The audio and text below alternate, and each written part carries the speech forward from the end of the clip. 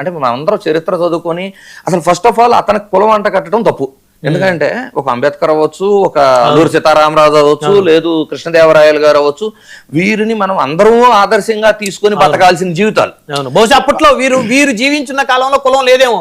కృష్ణదేవరాయలు గారు కూడా నేనేమంటున్నా అంటే అఫీషియల్ గా ప్రభుత్వము పర్మిషన్స్ తీసుకొని ఫ్లెక్సీలేసి భారీ స్థాయిలో బహిరంగంగా అరేంజ్ చేయాల్సిన ప్రోగ్రామ్ లో అర్ధరాత్రి పూట చేసే ఇంటెన్షన్ ఎందుకు అంటే ఇది ఎవరి ప్రతిష్టకి భంగం కలిగించే విధంగా జరిగింది.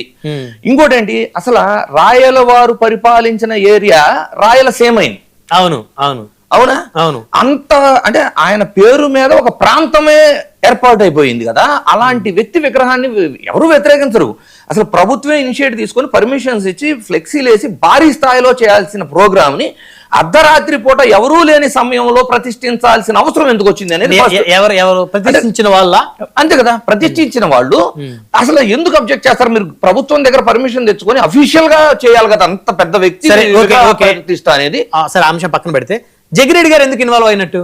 యాక్చువల్ గా సార్, ఇప్పుడు ఎక్కడైతే శ్రీకృష్ణదేవరాయలు గారి విగ్రహం ప్రతిష్ఠ జరిగిందో అదే గ్రామంలో ఇక్కడ విగ్రహ ప్రతిష్టలు చెయ్యొద్దు, ఇది ఒక యాక్సిడెంట్ ప్రోన్ ఏరియా, గతంలో కూడా ఇక్కడ యాక్సిడెంట్ అయ్యి 2 చనిపోయారు అని గ్రామ పంచాయతీ తీర్మానం చేసుకున్న ఊరది.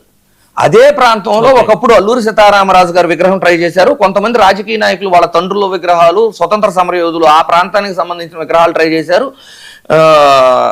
దళితుల నుంచి అంబేద్కర్ గారి విగ్రహాన్ని ప్రపోజల్ వచ్చింది. ఈ ప్రపోజల్ అన్ని కూడా పక్కన పెట్టి ఈ ప్రాంతంలో ఇది ఇరుకు అయిన ప్రాంతము, అది 4 కూడళ్లకు సంబంధించింది, ఇక్కడ 4 ఫంక్షన్ హాల్స్ ఉండయి అనేది వీటన్ని ప్రమాదాలు జరుగుతాయి అనేది ఒక కారణంగా ఆ పంచాయతీ తీర్మానం చేస్తుంది. అది చెక్ చేసుకోండి కావాలంటే. ఓకే, ప్రధానంగా వీటన్నిటిని మించి ఎక్కడైతే ప్రతిష్ఠ చేశారో దాన్ని ఆనుకోనో ఏమో చెర్ల జగ్గిరెడ్డి గారి స్థలం కూడా ఉంది.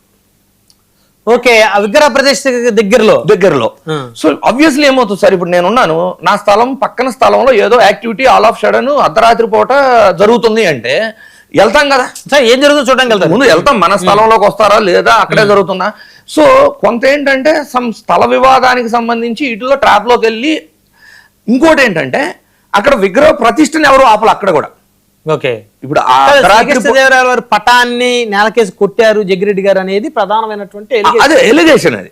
అయితే ఇప్పుడు అతను కూడా ఏం చెబుతున్నాడు, శ్రీకృష్ణదేవరాయలు లాంటి మహానుభావుల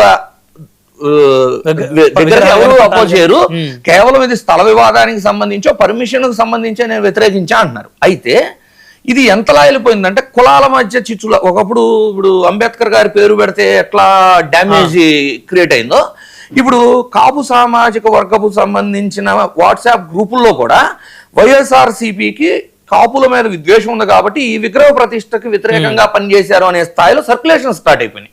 నేనేమంటాను, అసలు శ్రీకృష్ణదేవరాయలు గారిని కూడా ఈ రాజకీయాల్లో భాగం చేయటం, కులానికి అంటగట్టడం అనేది తప్పంటాను. రైట్, సమయం తక్కువ ఉంది, తీసుకుని కృష్ణాని గారు, శ్రీకృష్ణదేవరాయలు గారి విగ్రహ ఏర్పాటుకు సంబంధించి జరిగినటువంటి వివాదం కులరగడగా మారిపోయింది ఆ తర్వాత.